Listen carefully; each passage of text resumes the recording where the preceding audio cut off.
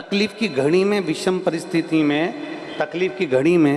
कष्ट की घड़ी में, विषम परिस्थिति में प्रयास करो कि हम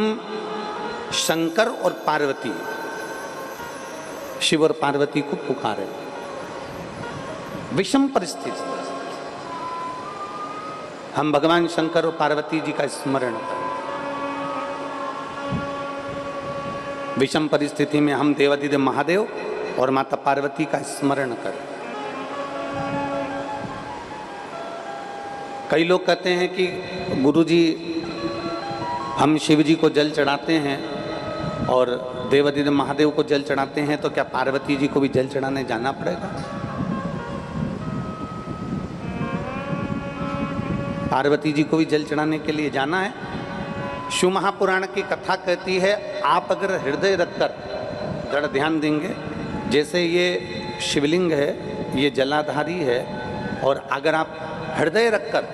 जब हम देवादिदेव महादेव को जल चढ़ाते हैं, शंकर जी को जल चढ़ाते हैं, और वहीं जल चढ़ाते चढ़ाते आप अशोक सुंदरी वाली जगह अर्थात माता पार्वती जी का हस्तकमल और अशोक सुंदरी वाली जगह पर भी अपने जल को थोड़ी सी धार लगा देते हैं, तो शंकर और पार्वती दोनों को ही वो जल समर्पित हो जाता है। वैसे तो शिव महापुराण की कथा ये कहती है कि केवल एक देवादिदेव महादेव को जल चढ़ा देने से, शिव महापुराण की कथा कहती है केवल एक देवादिदेव महादेव को जल समर्पित कर देने से 33 कोटि देवता, चाहे फिर उसमें गणेश जी हों, कार्तिकेय जी हों, जगदम्बा अम्बा हो, चाहे नवग्रह देवता हों, चाहे पंचलोकपाल हों, षोडश मातृका हों, 64 योगनियाँ हों, सारे देवी देवता उस शंकर भगवान के शिवलिंग में विराजमान हैं। तो शिव महापुराण की कथा कहती है, जब हम एक लोटा जल, जैसे हमने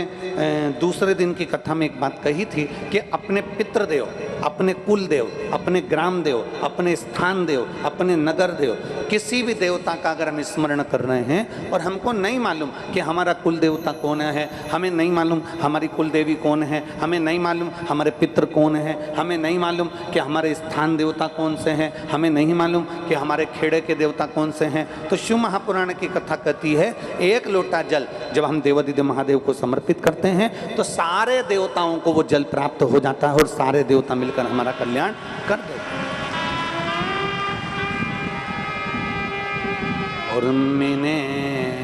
तेरे ही भरोसे बाबा, तेरे ही भरोसे हवा बिच उड़ती जावांगी बाबा, डोर हत्तो छड़ी ना में कटी जावांगी, भोले मैं तेरी पतंग, शंभो मैं तेरी पतंग, हवा बिच उड़ती जावांगी बाबा, डोर हत्तो छड़ी ना में कटी। शिव कथा कर रही है।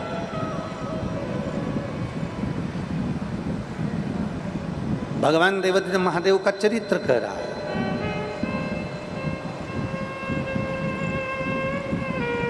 शिव महापुराण की कथा कर रही है कि जब भी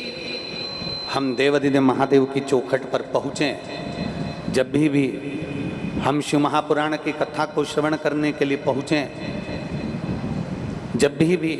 हम भगवान शंकर की शरणागति में पहुँचें, तो शिव महापुराण की कथा कहती है हमारे भीतर के जो खोट होते हैं, हमारे भीतर के जो अवगुण होते हैं, हमारे भीतर के जो दोष होते हैं, शिव महापुराण की कथा कहती है प्रयास करा करो कि जब कथा सुनने जाओ तो एक मन में संकल्प लेकर जाओ कि मैं